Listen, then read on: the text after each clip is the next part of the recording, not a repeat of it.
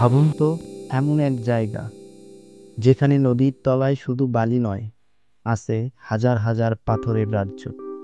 পাথরগুলো সূর্যের আলোয় ঝলমল করে, যেন আকাশের তারা নেমে এসেছে নদীর বুকে। কিন্তু এই স্বর্গ আজ বিপদে।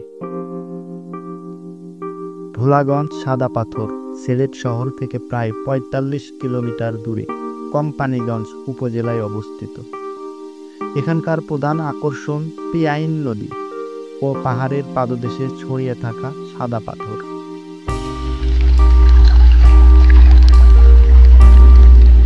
বর্ষায় পাহাড়ি ঝর্ণা, শীতকালে নদীর তল দেখা যায়। একসময় পাথরের উত্তোলন ছিল প্রধান জীবিকা, কিন্তু সৌন্দর্যের জন্য পর্যটকদের স্বর্গরাজ্য। সম্প্রতি সোশ্যাল মিডিয়ায় ভাইরাল খবর, কিছু প্রভাবশালী নেতা অবৈধভাবে পাথর উত্তোলন করছে। এসব কার্যকলাপে প্রাকৃতিক ভারসাম্য নষ্ট হচ্ছে, নদীর গভীরতা কমছে।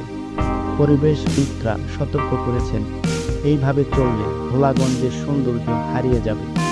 স্থানীয় জনগণ বলছে, পর্যটনের আয় বাড়াতে হলে অবৈধ উত্তোলন বন্ধ করা জরুরি।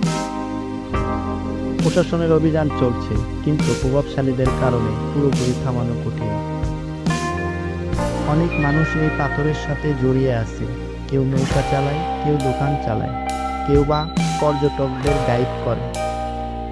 অবৈধ উত্তোলন শুধু প্রকৃতিকে নয়, মানুষের জীবিকাকেও ঝুঁকিতে ফেলছে। পর্যটকরা এখন ভয় পাচ্ছে, কারণ নদীর তীরে ভারী যন্ত্রপাতি ও ট্রাক দেখা যাচ্ছে। ভোলাগঞ্জ শুধু সিলেটের নয়, এটা বাংলাদেশের একটি প্রাকৃতিক রত্ন। আমরা যদি এখনই রক্ষা না করি, আগামী প্রজন্ম শুধু ছবিতে দেখবে এই সাদা পাথরের সৌন্দর্য। আসুন প্রকৃতিকে বাঁচাই, যেন নদী আর পাহাড়ের গল্প হারিয়ে না।